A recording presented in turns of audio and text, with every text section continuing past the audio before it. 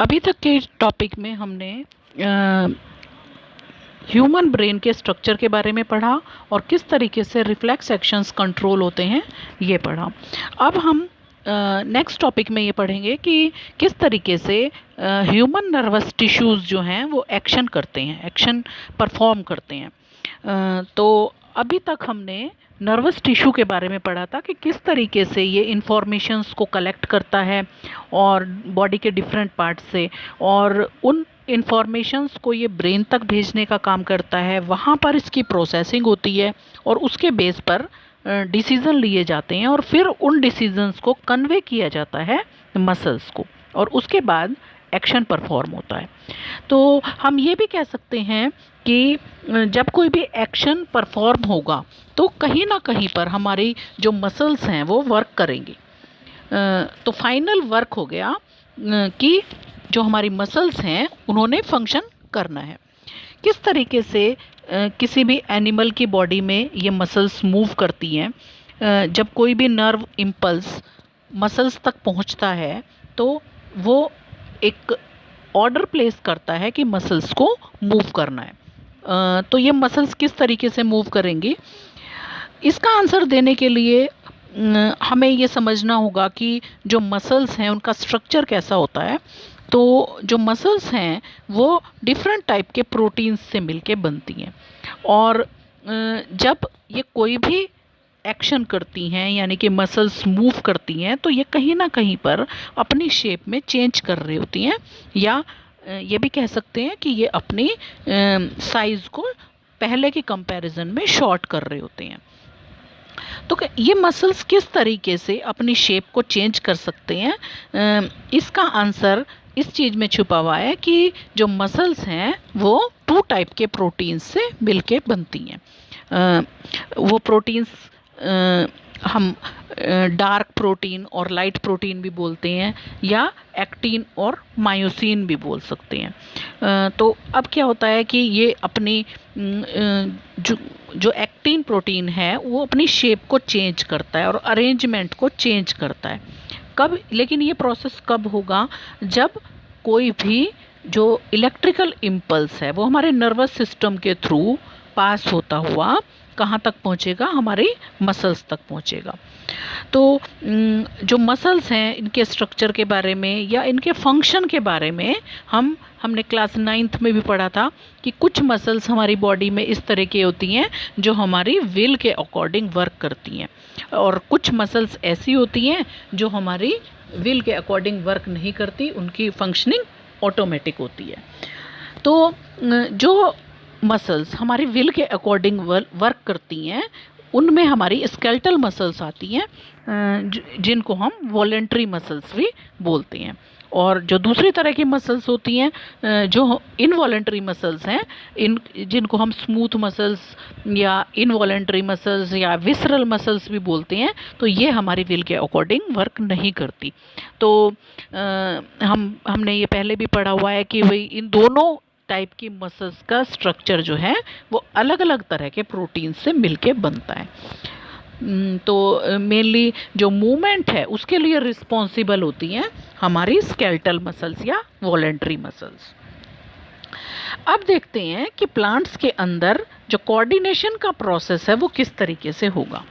Animals के पास अपनी activities करने के लिए नर्वस सिस्टम भी होता है, जो और साथ में केमिकल सिस्टम भी होता है उनकी बॉडी में, जो क्या करता है उनकी बॉडी के अंदर कंट्रोल और कोऑर्डिनेशन का काम करेगा। और किस क्यों कंट्रोल और कोऑर्डिनेट करने का काम करेगा, जो भी हम एक्टिविटीज़ कर रहे हैं। लेकिन जो प्लांट्स होते हैं उनके पास ना तो कोई नर्वस सिस्टम होता है और ना ही मसल्स होती हैं।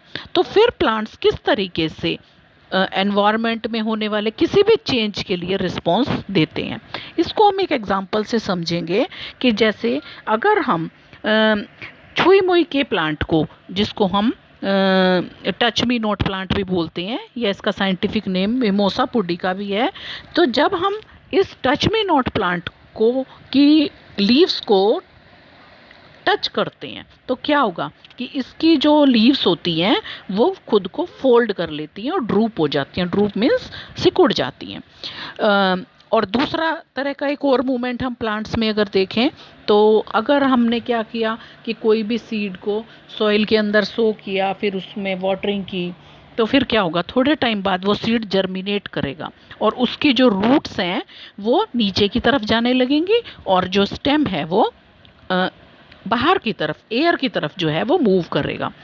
क्या होता है, अगर हम पहले एग्जाम्पल में देखते हैं जो कि टच मी नॉट प्लांट का एग्जाम्पल हमने लिया था, तो वहाँ उसमें क्या होता है कि टच करते ही वो क्विक रिस्पॉन्स शो करते हैं, ठीक है। लेकिन इस एग्जाम्पल में कहीं पर भी ग्रोथ रिलेटेड नहीं है, मतलब ये जो भी मूवमेंट हो रहा है, जब हमने किसको टच किया, छुई मुई की पत्तियों को टच किया, तो इसमें जो भी मूवमेंट हुई वहाँ पर ग्रोथ ने कोई भी रोल प्ले नहीं किया। लेकिन अगर हम एग्जाम्पल लेते हैं कि कोई भी सीड है वो जर्मिनेट हो रहा है, तो वहाँ पर जो ग्रोथ हो रही है या मूवमेंट हो रही है उसमें ग्रोथ रिलेटेड है, वहाँ पर जो मूवमेंट हो रही है वो ग्रोथ की वजह से हो रही है। तो प्लांट्स के अंदर जो भी मूवमेंट होती हैं उनको हम 2 कैटेगरीज में डिवाइड कर सकते हैं, और वो 2 कैटेगरीज कौन सी होती हैं? एक होती है दैट डिपेंडेंट ऑन ग्रोथ, मतलब प्लांट के अंदर जो मूवमेंट होगी वो 2 तरीके की होंगी, एक ऐसी जिसमें ग्रोथ रिलेट करेगी और दूसरी ऐसी जिसमें ग्रोथ का कोई भी रोल नहीं होगा। अब फर्स्ट एग्जांपल लेके इसको समझते हैं कि ऐसी ग्रोथ कैसे होगी जिसमें ऐसी मूवमेंट कैसे होगी जिसके अंदर ग्रोथ का कोई रोल नहीं है। तो फिर हम इस एग्जांपल को शुरू करते हैं कि हमने टच मी नॉट प्लांट के जो लीफ है उसको टच कर दिया। तो अब क्या होगा कि इसकी टच करते ही इसकी लीव्स जो हैं वो रिस्पॉन्स शो करेंगी, और लेकिन अब ये कैसे रिस्पॉन्स शो कर रही हैं? ना तो इनके पास कोई नर्वस टिश्यू होता है, ना इनके पास कोई मसल्स हैं। तो फिर किस तरीके से इस प्लांट्स की लीफ ने टच को डिटेक्ट कर लिया और उसकी लीव्स ने किस तरीके से इसके लिए रेस्पॉन्स दे दिया। तो अब क्या होता है कि जब हम इस तरह के प्लांट को टच करते हैं तो जहाँ से हमने टच किया मूवमेंट एक्चुअली उस जगह पर नहीं होगा, मूवमेंट उसका स्टार्ट होता है लीफ के बेस से। तो इससे क्या क्या पता चल रहा है कि जहाँ पर टच हुआ वो जगह, वो लोकेशन दूसरी है, और जहाँ पर प्लांट ने मूवमेंट शो की वो पॉइंट या वो लोकेशन दूसरा है। इससे ये बात क्लियर हो गई कि कुछ ना कुछ प्लांट के अंदर इस तरह का सिस्टम है जिसकी वजह से वो क्या कर पा रहा है, कम्युनिकेट कर पा रहा है।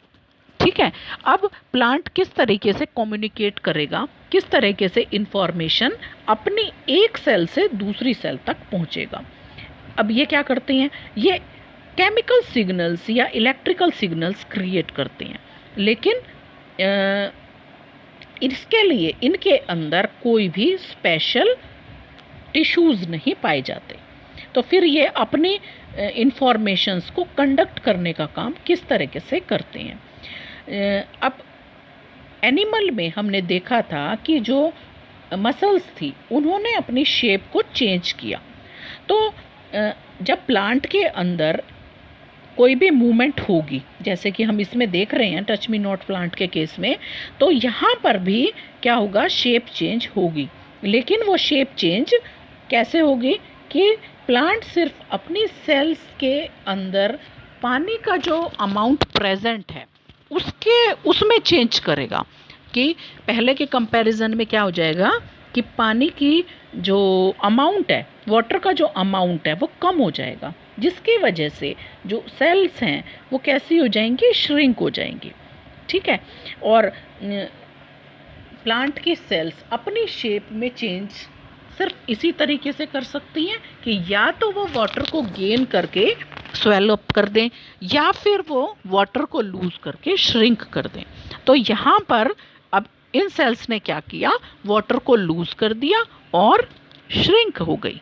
तो जिसकी वजह से क्या हुआ कि उनकी जो लीफ की जो शेप थी वो अब उसमें हमें ड्रूपिंग नज़र आने लगी। वो कैसा दिखने लगा, वो मुरझाया हुआ दिखने लगा, जैसा कि इस एग्जाम्पल में आप देख सकते हो कि ये टच मी नॉट प्लांट है, तो इसको जब हमने छुआ तो क्या हुआ, यहाँ पर ड्रूप्ड लीफ आपको दिखाई हुई है। तो ये हो गया आपका इस तरह का मूवमेंट प्लांट का, जिसमें ग्रोथ का कोई भी रिलेशन, कोई भी लेना देना नहीं है, लेकिन प्लांट्स दूसरी तरह के मूवमेंट को भी शो करता है, जिसमें क्या होता है, ग्रोथ कहीं ना कहीं रिलेटेड होती है। तो इसके एग्जाम्पल में हम ऐसे देख सकते हैं कि आपने भी शायद इस तरह के कुछ प्लांट्स देखे होंगे जिनका वीक स्टेम होता है, जैसे कि पी प्लांट हम एक एग्जाम्पल ले सकते हैं, या कुकुम्बर ले सकते हैं इसका एग्जाम्पल, या गॉर्ड जो होती हैं बॉटल गॉर्ड वगैरह, इसका एग्जाम्पल ले सकते हैं। तो इसमें क्या होता है कि इन प्लांट्स का जो स्टेम होता है वो वीक होता है, और ये कैसे क्लाइंब करते हैं, कैसे सपोर्ट लेते हैं, अपने टेंड्रिल्स की हेल्प से।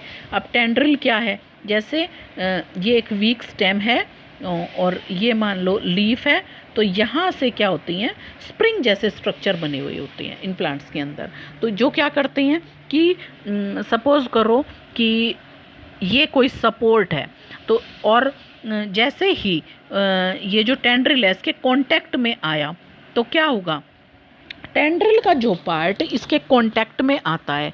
अब कौन सा पार्ट कांटेक्ट में आ रहा है, ये वाला पार्ट, तो इस प्लांट में ग्रोथ, इस पार्ट में ग्रोथ कम होगी, और ये वाला पार्ट जिसमें जो टच नहीं कर रहा उसके अंदर ग्रोथ ज़्यादा होगी।